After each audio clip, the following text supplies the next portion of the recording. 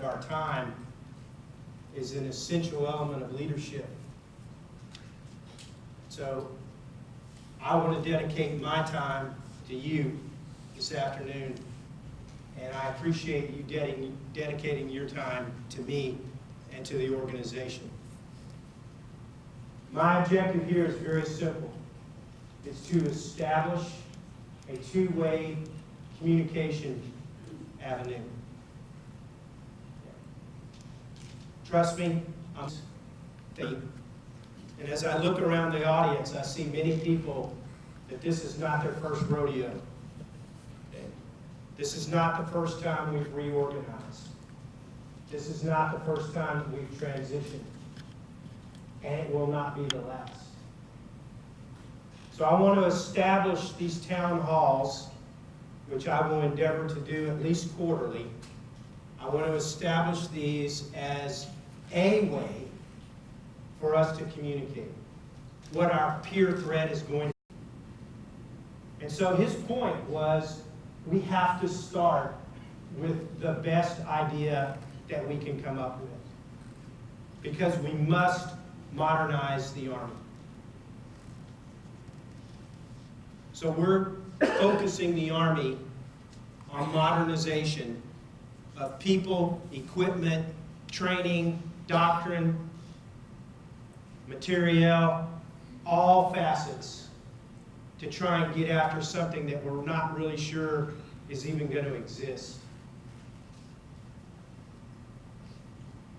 We're doing the same thing here.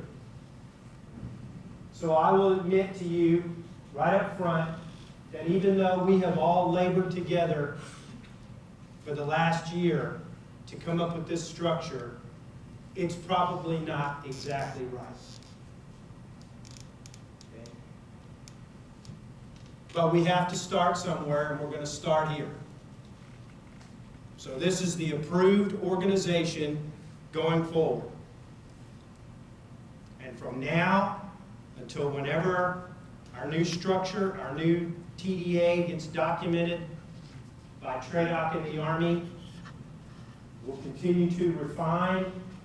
But we're going to do a couple things. Number one, Commanding General made a decision. We're going to move from 2 brigades to 1. Okay? He made a decision that he wanted a commandant to run the school. He also made the decision that he would be the commandant. And there's reasons for that, not the least of which is the fact that the Army between now and FY22 is going to lose 47 general officers and probably 30 to 35 senior executives. So when we asked, we did our due diligence. We went forward to the Army, the TRADOC, and said, we would like a brigadier general to be the commandant of the school. Okay. So we went forward, we asked for a commandant because we felt like we needed another senior leader to run this organization, and the Army said, noted, disapproved. And that's what happens, right? So we had a discussion, then somebody made a decision, and now we execute. And that's the same principles that we're going to follow here. We're going to have discussion, we're going to have those fierce conversations, we're going to professionally, intellectually debate things, and at the end of the day, somebody who is empowered to make a decision will make one, and then we will all salute and move out. And we will execute. Because that is the Army way. Okay? So for the time being, at least through 10 January, right? Y'all know what day 10 January is? Change of command, right? So up until 10 January, Commanding General of the Center of Excellence and the Commandant are one and the same. All right? There are some names up here. I will tell you that these names are placeholders.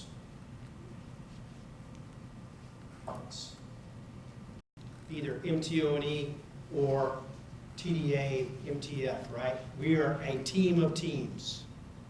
So why don't we train that way? And we're going to continue to move in that direction so that we're developing the training and we're executing the training the way we're actually going to implement the training when we get out there in the real world. So we took and we collapsed all this, and we are still in the process of trying to reorganize our courses. One-to-end list of all the courses that we teach. And we decided that we would put them in buckets.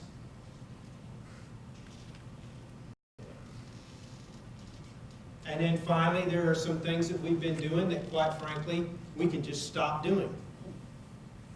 We can eliminate.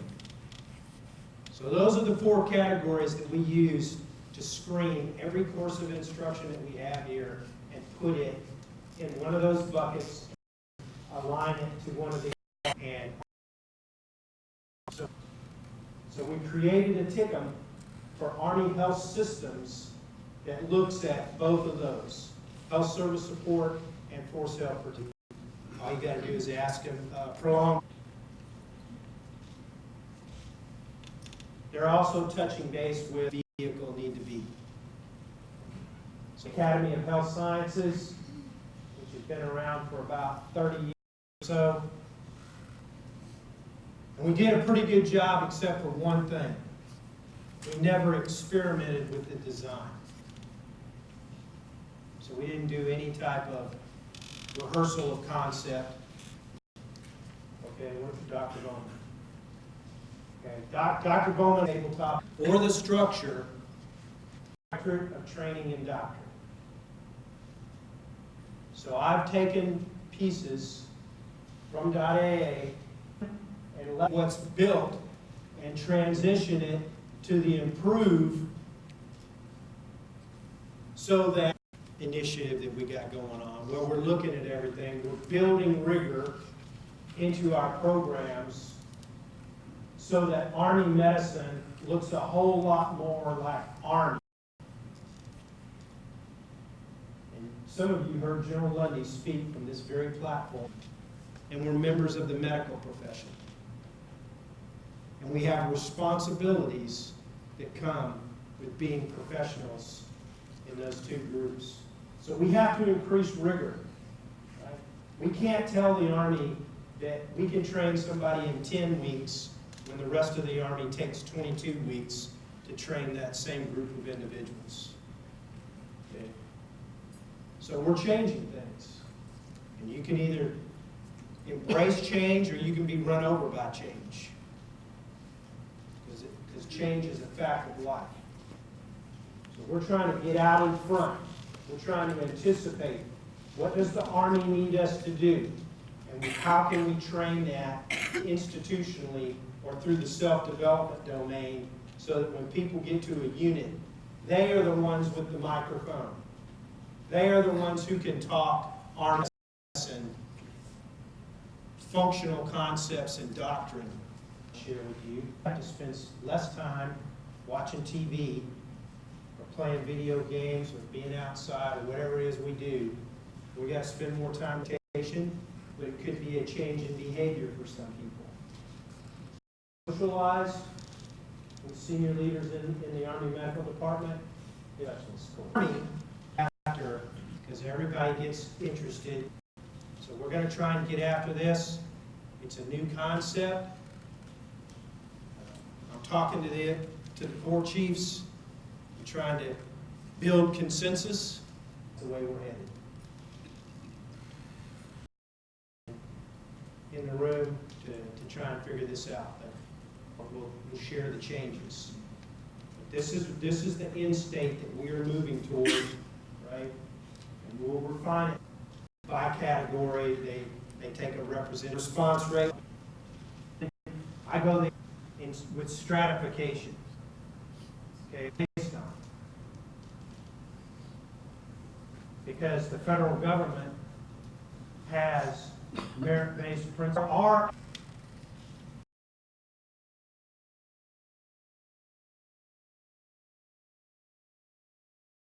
and it is complete our organization and many others that have the number of civilians that we have here. Okay, pay raises. How satisfied are you with getting a better job in your organization? Saying, in God we trust, everyone else show me the data. Okay, Dr. Wojcik, I know you love that one, right? So we're looking at the data. There was a worldwide study of employees done, and they were looking at employee engagement. Okay. And what is an engaged employee? Somebody who comes to work every day, who goes above and beyond, who wants to contribute and make things. Well, this worldwide study of 100 and something, 200 and something thousand people, I don't remember exactly the number, right? But it was a large survey sample. 70% of employees come to work every single day and they do exactly what's expected. 100 or 1630 bell rings, you're up, you're out, you're gone. Right? That's 70% of the workforce. 20% of the workforce comes in and they're early, they stay late, they work extra projects, above and beyond. Now, do y'all know anybody like that? Yeah, I see some of y'all. In different industries, right, it's not limited to the federal U.S. government or the Department of Defense or Department of the Army or the Army Medical Department, and I got that, right? But just together. And when we get there, are we going to be able to accomplish the mission?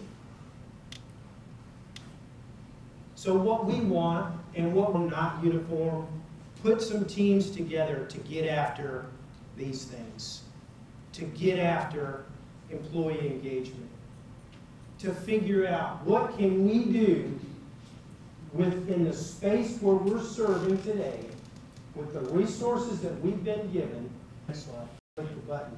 Overwhelmed by on more facilities and few guidance across. We shape the PD to get after a specific person, or we shape the PD, based on our, local circumstances or whatever. When in fact the PD represents a job series and a skill set that should be standardized across the Army. So the Army is pushing as PDs. Be your advocate. Know that. Right? So what does that take? Right? You have to know every single employee you have, right? So that they know when they've met the standard, and then you have to have the courage to tell them, Colonel Douglas, you did not meet the standard on this task. Okay. Go ahead, turn red. I know you will. So rank them off. Okay. So we have to do better. And I'm going to help you. Because I've been waiting on somebody else for about 10 years to create a staff development program to help our staff be better leaders. And it hasn't come.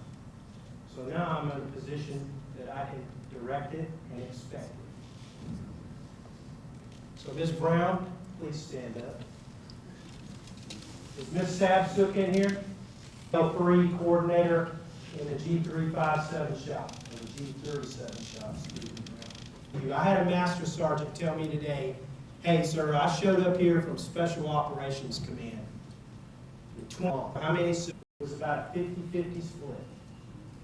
Just like the military, the mic to you. Is it fear?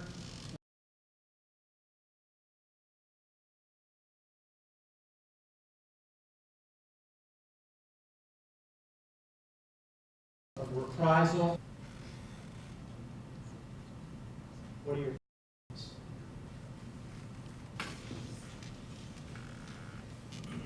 slide regarding anything being recognized, whether it's formal or informal, goes a long way. Let's look at Let's look at some statistical data, and I want to know that. As far as peer-to-peer, and thank you very much for expressing basic common courtesy. Recognition, I know Ms. Horton had a program for quite some time in the DESREM where they were doing something of that nature. And, you know, hey, if it's not illegal, immoral, or unsafe, dominate your space, right? Go out there and try it, right? As I told Colonel Chappell this morning, if you went out and did something, right, we just have to be careful, you know, like with anything else, so it doesn't become cliquish. Yes, Miss Austin, I know you're going to have a question. I never want to let you down, Mr. Harmon. So 99% of them non-applicable, right? Because we have a new chain of command. Right? So we've gone back and said, where are the friction points in this transition between us and Army Medicine headquarters, OTSG, MedCom?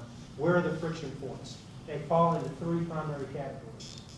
You could probably guess it: organization, personnel, and training. So this is a process. We put it out to their net. Too many times it stops. So this morning I was sharing, keep them in the dark, feed them. Right? Great question. Thank you. What else? Michelle was first, and then I'll go. Talk to Rich Rockport, and then you can start to move. The other major muscle movers run through multiple scenarios. And I appreciate that if you have submitted those, how an OER gets processed, how it's submitted everyone. But the biggest thing is just one, what's it called? Let me follow on in my answer. Then we have to put faces in meetings. We have to make sure we keep all. Can't get a new building. But what I want to know, there are some things that can be done to this building, and particularly is the bathroom and the cleanliness of this building. Because there's a difference between Ava Hall and Willis Hall. And anyone who's worked over here, if you use the facilities, the bathrooms, they're terrible. There's stains in there from over 2 or 3 years. So I want to know if there's any money that's going to be put toward cleaning this building up. Because it's really sad. I've been here since 1982, and this is the worst this building has ever, the worst shape this building has ever been in, as far as cleanliness and keeping things fixed and all of that and getting. I just saw your name on a product the other day, so thank you for what you do. Okay. Back in the day, we were responsible. The contract is run by the 502nd Air Base Wing because it's part of the 6-1 be able to address it right then and there. If we need to send it to 502nd, as Mr. Harmon said, then we'll go ahead and let you know. We'll follow up with you, okay? And we'll give you that response time to letting you know what's happening. So you're absolutely right. We have a whole lot of students that come in and come out, visitors, all of that stuff. So the cleaning crew that we have, the frequency we've pushed many, many times. But we work with them. They are housed. All right, we're gonna look at what we can do legally, because a lot of this comes down to who has the legal authority to do anything in buildings. Like somebody wrote a question and said, "Can we power wash the toilets in 2840 to work that issue hard?" All right, we got time for one more question. Good afternoon, Mr. Harmon. Hello, ma'am. How are you? I'm good. Veronica McLean, G5.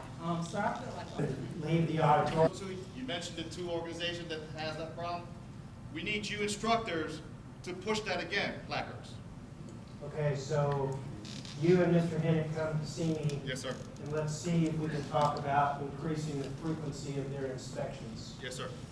Okay, and then the other thing I would tell you. Well, okay, so, hey, this was fun.